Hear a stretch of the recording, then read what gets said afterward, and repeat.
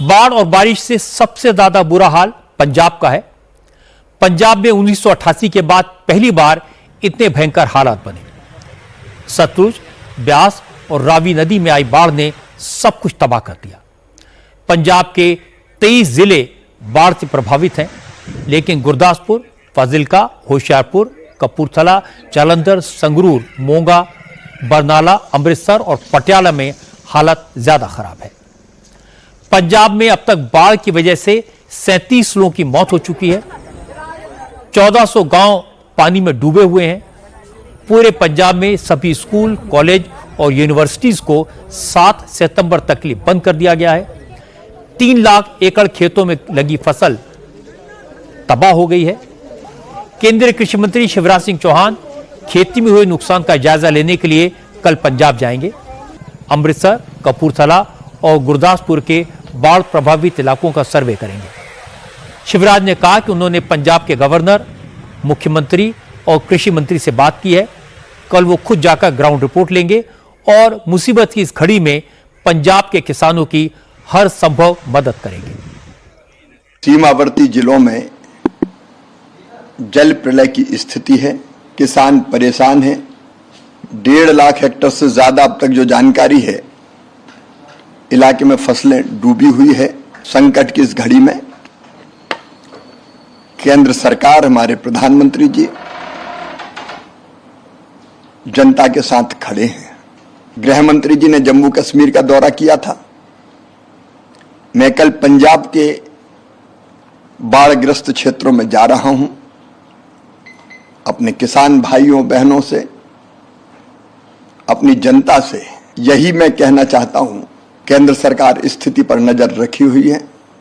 राज्य सरकार के साथ मिलकर जनता को इस संकट से पार ले जाने के लिए हर संभव उपाय करेगी।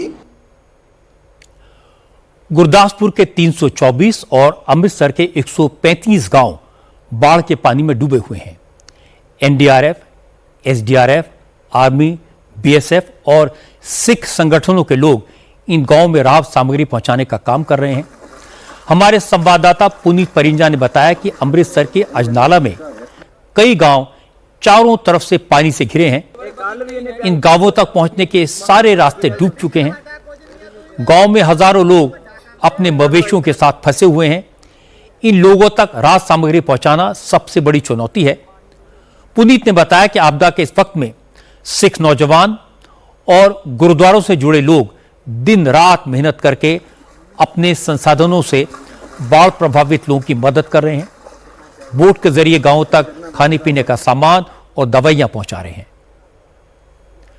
फिरोजपुर के हालात भी अलग नहीं है। भारत पाकिस्तान सीमा पर मौजूद कालूवाल, निहालेवा और किलचे जैसे कई गांव सैलाब का शिकार हैं। ज्यादातर लोग गांव से निकल गए हैं, लेकिन बहुत से लोग अपने मवेशियों और अपने सामान को छोड़कर जाने को तैयार नहीं है। इन लोगों को समझाना प्रशासन के लिए मुश्किल हो रहा है। स्थानीय लोगों ने बताया कि फिरोजपुर के गांव में 8 से 9 हजार लोग फंसे हुए हैं। बाढ़ की वजह से कई जानवरों की मौत हो गई है। पानी में जानवरों की डेड बॉडीज सड़ने लगी हैं, इसलिए महामारी फैलने का खतरा है। इसके आगे कई गांव हैं जो वन देख रहे हैं ना आप। इससे आगे डिस्टेंस है ना, जो 8 किलोमीटर का डिस्टेंस है, तो और 8 किलोमीटर के घेरे में पानी है। और इसमें प्रॉब्लम ये आ रही है कि जो उधर घरों में लोग हैं ना, जो उधर से फंसे हुए हैं, उनके पशु भी है और पशु भी बहुत फंसे हुए हैं। कई के पशु जो उनकी डेथ हो चुकी है, मर चुके हैं, उनको दवाइयां वगैरह जो वो नहीं पहुंच रही हैं, इसलिए इधर लोगों को बहुत ज्यादा जड़ी वो प्रॉब्लम आ रही है। 2023 में इसमें 3 लाख के नियर अबाउट पानी आया था। इस बार 3.5 लाख हो गया और इसमें बढ़ता जा रहा है। यहाँ पे 15,000 एकड़ हमारी इधर जमीन है, फसल है, और लगभग जो आबादी है वो 8-9 हजार आबादी है, जहाँ से 4 को यार रेस्क्यू हो गया है, बाकी अभी इसमें अंदर ही है। फिरोजपुर के जो गांव अभी बाढ़ से बचे हुए हैं, उन पर भी बड़ा खतरा मंडरा रहा है। असल में फिरोजपुर से 40 किलोमीटर पहले हरिकेपत्तन में सतलुज और ब्यास का मीटिंग पॉइंट है। क्योंकि इन दोनों नदियों का वाटर लेवल बहुत ज्यादा है, इसलिए इस जगह से पानी दूसरे इलाकों में फैल सकता है। इसका खतरा बना हुआ है। पानी को रोकने के लिए यहां ढूसी बांध है, लेकिन इन नदियों की जो रफ्तार है उसके टूटने का खतरा बढ़ गया है। अगर ये बांध टूटा तो करीब 40 किलोमीटर का इलाका डूब जाएगा। फिरोजपुर शहर भी सैलाब की जद में आ जाएगा। इसलिए इन इलाकों के गांव वाले बांध को मजबूत करने में लगे हैं। हमारे संवाददाता पुनीत परिंजा ने मुझे बताया कि सैकड़ों लोगों के साथ आर्मी की टीम भी इसी काम में लगी हुई है। इस वक्त मैं मौजूद हूं फिरोजपुर में, और फिरोजपुर में आपको हालात दिखा रहा हूं। यहां पर जो स्थानीय लोग हैं वो बांध को मजबूत करने का काम यहां पर कर रहे हैं। ये तस्वीरें आप देख रहे हैं कि बोरी में मिट्टी भरकर बकायदा उसको पक्का करने का काम यहां पे किया जा रहा है, क्योंकि ये सतलुज और ब्यास रिवर जो है ये दोनों इकट्ठी हो जाती हैं हरी के पतन में, यहां से 40 किलोमीटर दूर। और यहां पर आप पानी का फ्लो देख सकते हैं कि कितनी तेज गति से पानी जो है वो बह रहा है, और इससे करीब 800-600 मीटर आगे जो है वो फिर पाकिस्तान की हद जो है वो शुरू हो जाती है। और लेकिन यहां पर इस वक्त आप तस्वीर देखेंगे तो इसके आगे जितने भी गांव हैं वो सब 7 से 8 फीट पानी के अंदर डूबे हुए हैं। और यहां पर ये जो बांध, जो कच्चा बांध है उसको मजबूत करने का, जिसको दूसरी बांध भी बोलते हैं, उसको पक्का करने का काम इसलिए किया जा रहा है क्योंकि अगर यहां पर कुछ दिक्कत होती है तो ये मार जो है वो फिरोजपुर शहर तक इसकी मार होगी। चंडीगढ़ में भी पिछले 24 घंटे से लगातार बारिश हो रही है।